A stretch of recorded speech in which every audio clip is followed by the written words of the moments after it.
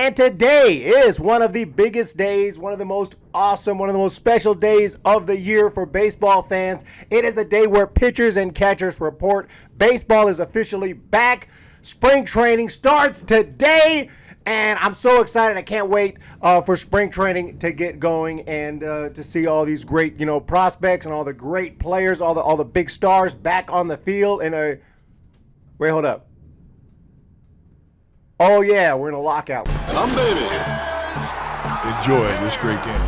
Normally, this would be one of the most special days of the year for baseball fans. It is the day when pitchers and catchers report to spring training. It is the official start to a new season. Everybody gets excited the day that pitchers and catchers report, but today, there is no excitement in the air. There is no joy in Arizona or Florida. Why? Because there's no damn spring training because the lockout continues. And, a lot of fans are obviously pissed off about this, including myself. Some are mad at the owners, some are mad at the players, some are just mad, like myself, kind of in general, trying not to take sides here. Obviously, it's hard not to take sides in certain aspects, but overall, both sides are to blame, in my opinion, and they cannot get it figured out. Now, this particular article points out that, hey, it's the owners that have the power to end the work stoppage and start spring training, but they refuse to use it, and it's an interesting point. But anyone who was a fan back in 1994 remembers the last time that the owners decided, let's just go ahead and play without a CBA. Didn't work out too well. As the playoffs start to get closer, if there's no CBA and if the players are really upset, they will threaten to strike. And they will strike. And I honestly believe they'll do it. Now, I've been told, bro, they learned their lesson. Who learned their lesson? Bunch of 65-year-old retired players? These players don't know nothing about that time. They weren't even alive, half of them, in 1994, or at least a lot of them. And those that were in diapers. So I don't think that, I'm not going to say that that the players would not strike again if allowed to go ahead and play a season without a CBA. But we'll see what this article has to say. Shout out to Matt Snyder, who wrote this article. Spring training should be starting up right now. Now! For many teams, pitchers and catchers were scheduled to report either Monday or Tuesday, and by the end of the week, the overwhelming majority of big league players were set to be in camp. Instead, we're stuck in the middle of the second longest work stoppage in baseball history. That's amazing. Already the second longest work stoppage. They have made just almost no effort. They should have been almost daily trying to figure this thing out and going back and forth. I don't care how much time it takes. Instead, the lockout started and they didn't even talk for 2 months. At least not about anything important. And then in the middle of all this, there remains a simple fact. The owners could stop the lockout at any time. No, this doesn't even mean they have to agree to the players' asking prices in these negotiations. I think most of us are aware of that. Yeah. The owners are locking out the players, and that's what the players are using on Twitter and whatnot on social media to make sure that we understand that it's the owner's decision to do this. We get that, but we also get what happened in 1994, at least that's what I'm thinking about. The owners could simply lift the lockout, have the players report to spring training, continue to hammer out details of the new collective bargaining agreement with the players. There's precedent for this. Everyone would be together in spring training to feasibly making the meetings between leaders of two sides more convenient. The owners could even claim it as a sign of good faith.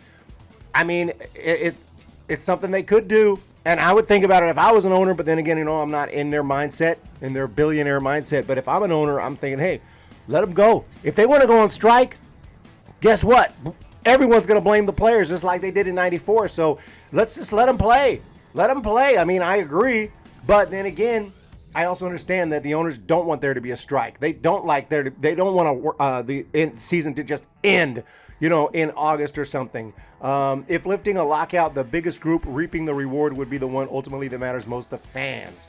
The fans just want their baseball. They are the consumers and the reason the sport has so much money about which to fight. That's absolutely true. It's our money. And again, everyone is like, bro, no, it's not the fans' money. It's the TV deals. Oh, I know, because there would be TV deals without fans. If there were no fans, I'm sure those TV deals would just be, insanely through the roof, millions of dollars. Of course not. That's why you see those giant TV deals for your local, roller derby teams and your local badminton teams that are, with those giant TV deals on ESPN and stuff. Or actually you don't, because there's not that many fans. Okay, so in lifting the lockout, yeah, we would, the fans would definitely be happy about that. But I'd also be extremely nervous if that season started without a CBA. I would be extremely nervous.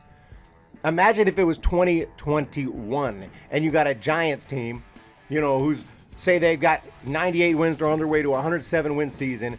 It looks like they're going to, break the record for the most wins in franchise history, and then the season just ended. Now we know how it turned out, but we would be sitting here like we were going to win the World Series. Think about the Montreal Expos of 1994. The Montreal Expos of 1994 were the best team in baseball. The strike happened. They never got a chance to go to the playoffs, try to win a World Series, and now they don't even exist. The consumers are the fans. Yeah, they would just want to watch and enjoy baseball. Let them in the lockout, owners, and take care of your consumers. You might want to, hopefully sooner or later is going to mention the strike, and I think right here. The risk from the owner's side in lifting the lockout is a player strike. Thank you. But we're already in the middle of a work stoppage, and really, if the owners lifted the lockout and then the players went on strike, it seems to me that the owners would have achieved their ultimate goal exactly in making the players look like the bad guys here. It's not like the owners are showing themselves desperate to get the players back on the field. Yeah, that's the point, is that if the owners said, let's just go, and if the players go on strike, yeah, the players would look like the bad guys. But maybe that's not what the owners are thinking. They don't care about who, of course they want the players to look like the bad guys, but also they don't want that to happen. That's not a good scenario for a season to end just as just as the playoffs start to get going, when the big money starts rolling in, and then the season just ends. They don't want that. So they don't want to risk that to happen, which I can understand. Remember, the ownership side claimed back on December 2nd that the purpose of the lockout was to jumpstart negotiations. That was bullshit. Jumpstart my ass. They fucking didn't do anything for about 2 months. Instead, they sat around doing nothing for 6 weeks. Thank you. For real, it was 43 days before the owners offered the players a deal. Now, Commissioner Rob Manfred went to great effort in one press conference more than 2 months after he released a lengthy statement about announcing the lockout. At the very second the now former CBA expired, to note that the phones worked both ways. This was to say the players could have been contacting the owners. What, they just sit around in your house waiting for each other to call? What is going on? This is massive.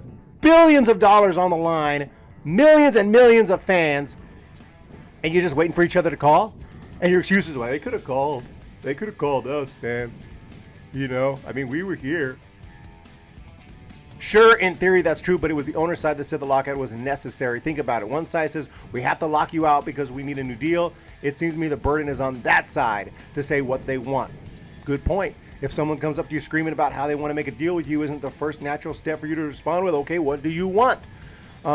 It isn't a huge leap, judging from the glacial pace of negotiations between the two sides, that the answer to this question from the owner's side certainly isn't, we want baseball. If they did, there would be a lot more urgency, both to make offers and make concessions. I'll reiterate that if the owners truly wanted fast-paced negotiations, they wouldn't have waited at all, much less 43 days. 100%.